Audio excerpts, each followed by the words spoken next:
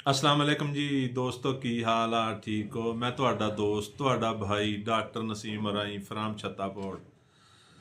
ਦੋਸਤੋ ਅੱਜ ਮੈਂ ਤੁਹਾਡੇ ਵਾਸਤੇ ਇੱਕ ਐਸੀ ਮੈਡੀਸਨ ਲੈ ਕੇ ਆਇਆ ਜਿਹੜੀ ਕਿ ਹਰ ਵਾਲਦੈਨ ਦੀ ਖਾਹਿਸ਼ ਆ। ਦੋਸਤੋ ਹਰ ਵਾਲਦ ਵਾਲਦਾ ਇਹ ਚਾਹੁੰਦਾ ਹੈ ਕਿ ਸਾਡਾ ਬੱਚਾ ਜ਼ਹੀਨ ਹੋਵੇ, ਕੰਮ ਕਰਨ 'ਚ ਤੇਜ਼ ਹੋਵੇ, ਹਰ ਕਲਾਸ 'ਚ ਫਸਟ ਨੰਬਰ ਤੇ ਆਵੇ। ਕਿਵੇਂ ਹੈ ਨਾ, ਪਹਿਲਾ ਨੰਬਰ ਲਵੇ ਔਰ ਖੂਬਸੂਰਤ ਗੱਲਾਂ ਕਰੇ, ਜਲਦੀ ਜਲਦੀ ਕੰਮ ਕਰੇ, ਹਰ ਟਾਈਮ ਐਕਟਿਵ ਰਵੇ, ਐਵੇਂ ਸੁਸਤ ਨਾ ਰਵੇ। ਉਹਦੇ ਵਾਸਤੇ ਵਾਲਦੈਨ ਬੱਚਿਆਂ ਨੂੰ ਬਦਾਮ ਵੀ ਖਿਲਾਉਂਦੇ ਨੇ, ਟਾਨਕ ਵੀ ਪਿਲਾਉਂਦੇ ਨੇ, ਲੇਕਿਨ ਬੇਸੋਧ ਬੱਚੇ ਉੱਥੇ ਦੇ ਉੱਥੇ ਹੀ ਰਹਿੰਦੇ ਨੇ। ਤੇ ਦੋਸਤੋ ਅੱਜ ਅਸੀਂ ਤੁਹਾਨੂੰ ਐਸੀ ਦਵਾਈ ਦੱਸਣੀ ਆ, ਦਵਾਈ ਮਾਂ ਖਾਏਗੀ ਤੇ ਜ਼ਹੀਨ ਬੱਚਾ ਹੋਏਗਾ। ਕਿਵੇਂ ਹੋ ਸਕਦਾ ਹੈ? ਹਾਂਜੀ ਦੋਸਤੋ, ਹੋ ਸਕਦਾ ਹੈ। ਜੈਨੇਟਿਕ ਮੈਡੀਸਨ ਜਿਹੜੀ ਆ, ਇਹ ਅਗਰ ਮਾਂ ਨੂੰ ਖਵਾ ਦਿੱਤੀ ਜਾਵੇ ਤੇ ਮਾਂ ਦੇ ਪੇਟ 'ਚ ਜਿਹੜਾ ਹਮਲ ਹੁੰਦਾ ਹੈ ਉਹਦੀ ਜਾਨੀ ਅਸਰਾਤ ਉਹਦੇ ਤੇ ਹੁੰਦੇ ਆ।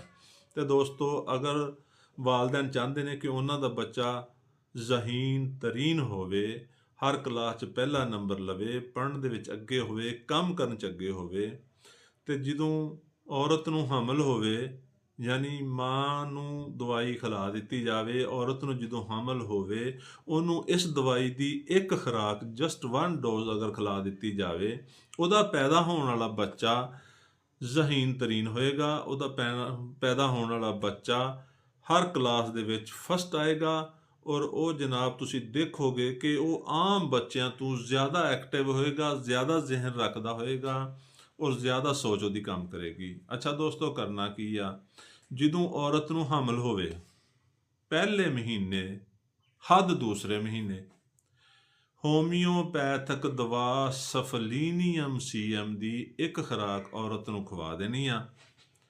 ਬਸ ਕੋਈ ਦਵਾਈ ਨਹੀਂ ਦੇਣੀ, ਹੋਰ ਕਿਸੇ ਦਵਾਈ ਦੀ ਜ਼ਰੂਰਤ ਨਹੀਂ। ਤੇ ਤੁਸੀਂ ਦੇਖੋਗੇ ਕਿ ਜਦੋਂ ਬੱਚਾ ਪੈਦਾ ਹੋਏਗਾ ਉਹ ਬੱਚੇ ਦੀ ਸਲਾਹੀਅਤਾਂ ਬਹੁਤ ਜ਼ਿਆਦਾ ਹੋਣਗੀਆਂ। ਉਹ ਬੱਚਾ ਹਰ ਕੰਮ 'ਚ ਐਕਟਿਵ ਹੋਏਗਾ, ਉਹ ਪੜ੍ਹਨ ਦੇ ਵਿੱਚ ਐਕਟਿਵ ਹੋਏਗਾ, ਉਹ ਗੱਲਾਂ ਕਰਨ 'ਚ ਐਕਟਿਵ ਹੋਏਗਾ, ਉਹ ਹਰ ਕੰਮ ਨੂੰ ਬੜੀ ਆਸਾਨੀ ਨਾਲ ਕਰੇਗਾ ਔਰ ਬੜੇ ਤਰਤੀਬ ਨਾਲ ਯਾਨੀ ਕਿ ਅੱਛੇ ਤਰੀਕੇ ਨਾਲ ਕਰੇਗਾ ਔਰ ਉਹ ਕਲਾਸ ਦੇ ਵਿੱਚ ਹਮੇਸ਼ਾ ਹੀ ਫਸਟ ਆਇਆ ਕਰੇਗਾ।